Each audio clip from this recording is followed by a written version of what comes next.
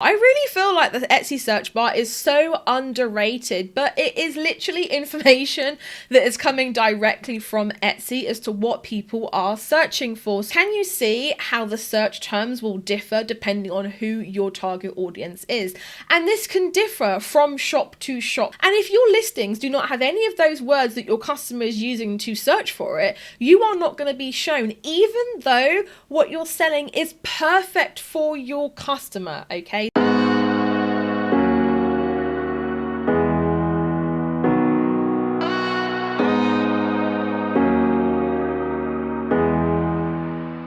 Hello everyone and welcome back to my channel, the place to be if you want to start, run and scale your handmade business on Etsy and beyond. My name is Steph and I am the founder of Handmade Bosses. I'm giving you a big virtual hug. Welcome to the Handmade Bosses family. Before we get into today's juicy SEO video, don't forget to subscribe to my channel and do click that bell icon to be notified every single week when I upload a new video, because I'm here to help you to make more sales with your handmade business on the big worldwide web. So today we are talking about how to increase Etsy sales with these 7 SEO hacks, and we're going to be talking about Etsy SEO in 2023. So if that sounds good, leave me a comment, give me a big thumbs up and say yes, I'm ready.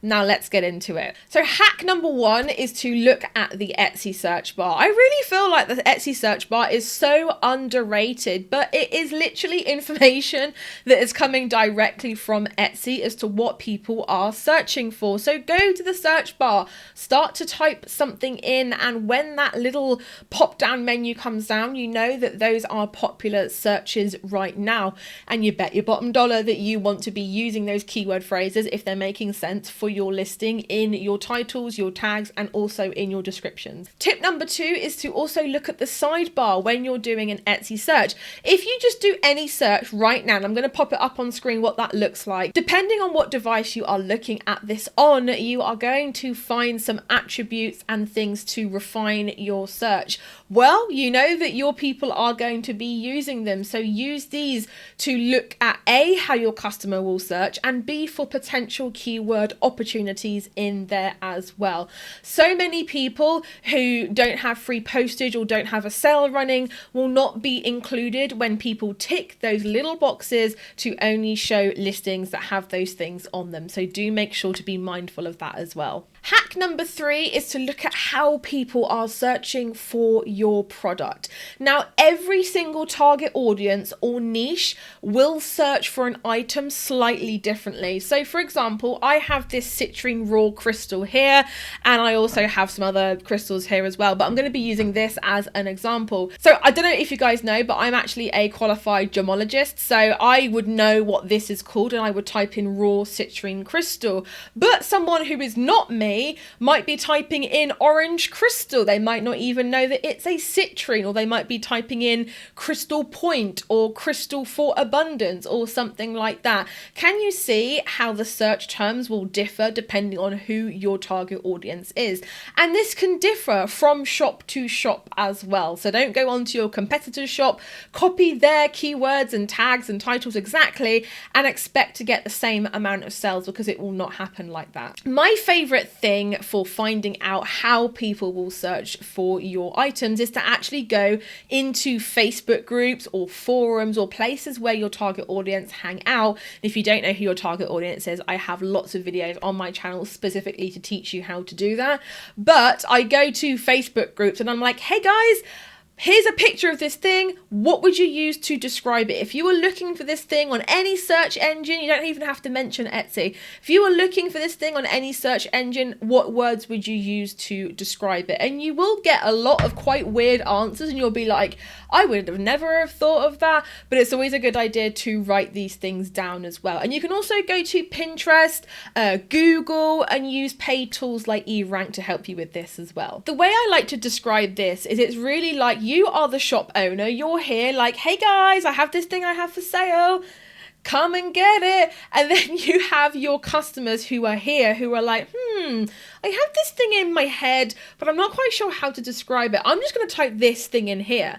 And if your listings do not have any of those words that your customer is using to search for it, you are not going to be shown, even though what you're selling is perfect for your customer. Okay, so this is why doing your keyword research with your specific target audience is really vital. Hack number 4 is don't keyword stuff your titles. This is a massive way to turn Etsy off and also potential human eyes off as well.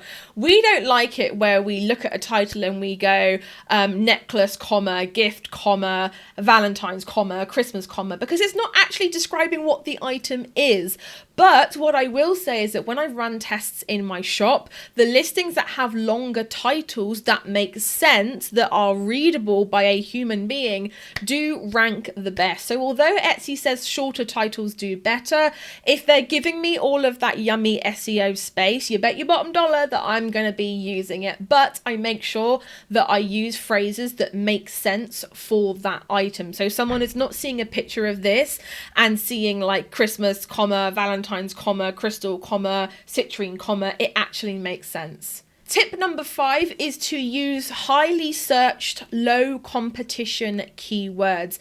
This is something that eRank and other keyword tools can help you with this, but you don't want to be using really highly competitive search terms because you will not be found for it, especially if you are in a new shop or you've got very little sales history. And that's no shade on you guys, that is just how the algorithm works. So instead, use highly searched terms, but that have low competition. You can find this out on eRank. They have a free plan for you to use, or you can upgrade for like $5 a month. Completely worth it just to find out this information. But you almost want to be hopping on keyword phrases before the bigger shops even know that they exist. Tip number 6 is try to keep a record of keywords that you are using across your other listings. If you have a lot of items that are similar within your shop, don't just use the same title and the same tags over and over again. And no, this is not because you are essentially competing with yourself. That is a bit outdated now. Etsy will allow multiple listings from one shop to show up on page 1, so therefore you can't really compete with yourself. But you don't want to limit yourself to just the words that you are using in that listing, as we spoke about before with this lovely citrine raw crystal. Someone may not be using those words to search for it, right?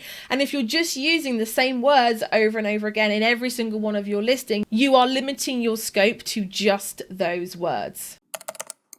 Bosses, we've been having some really great conversations in today's video. However, I'm here to tell you about this. This is called your conversion rate, and I've actually made for you in the description box below a free 90-minute conversion rate masterclass. So I'm just going to quickly explain to you in 1 minute why this is important. Okay. So this is your Etsy shop and these are your customers. So let's say that you get 100 customers into your store and you have a 1% conversion rate. That means you get 1 sale, and roughly that's going to be about $30 to £30.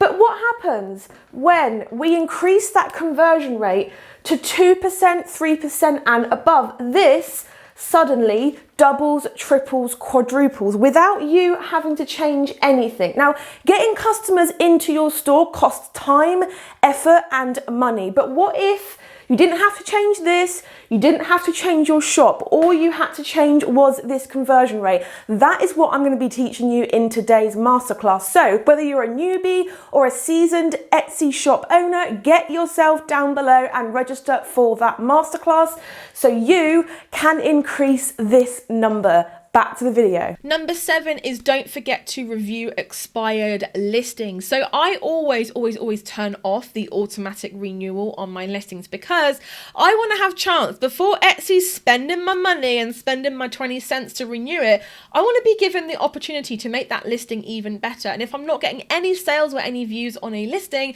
I want to make sure that I can redo the SEO. And this is something that not a lot of shops do. They just let their listings expire and then they just renew it it, renew it, renew it, renew it. It doesn't matter how many times you are renewing that sucker. If it's not supposed to get views, if it's not supposed to sell, if what you're doing in that listing is not working, it's not going to work no matter how many times you renew it. So definitely go through and review expired listings. Are the photos working for you? Is your keywords working for you?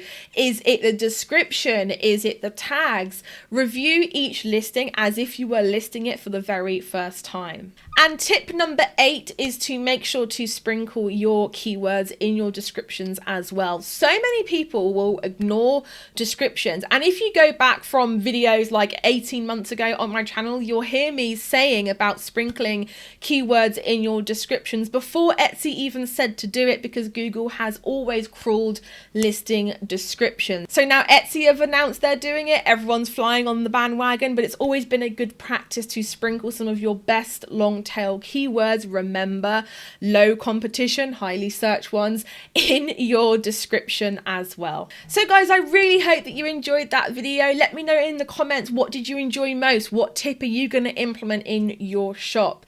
Also, let me know what you sell in your Etsy shop. I would love to find out. Give this video a big thumbs up so that more people can see it. Don't forget to subscribe, and I will catch you in the next one. Bye everybody.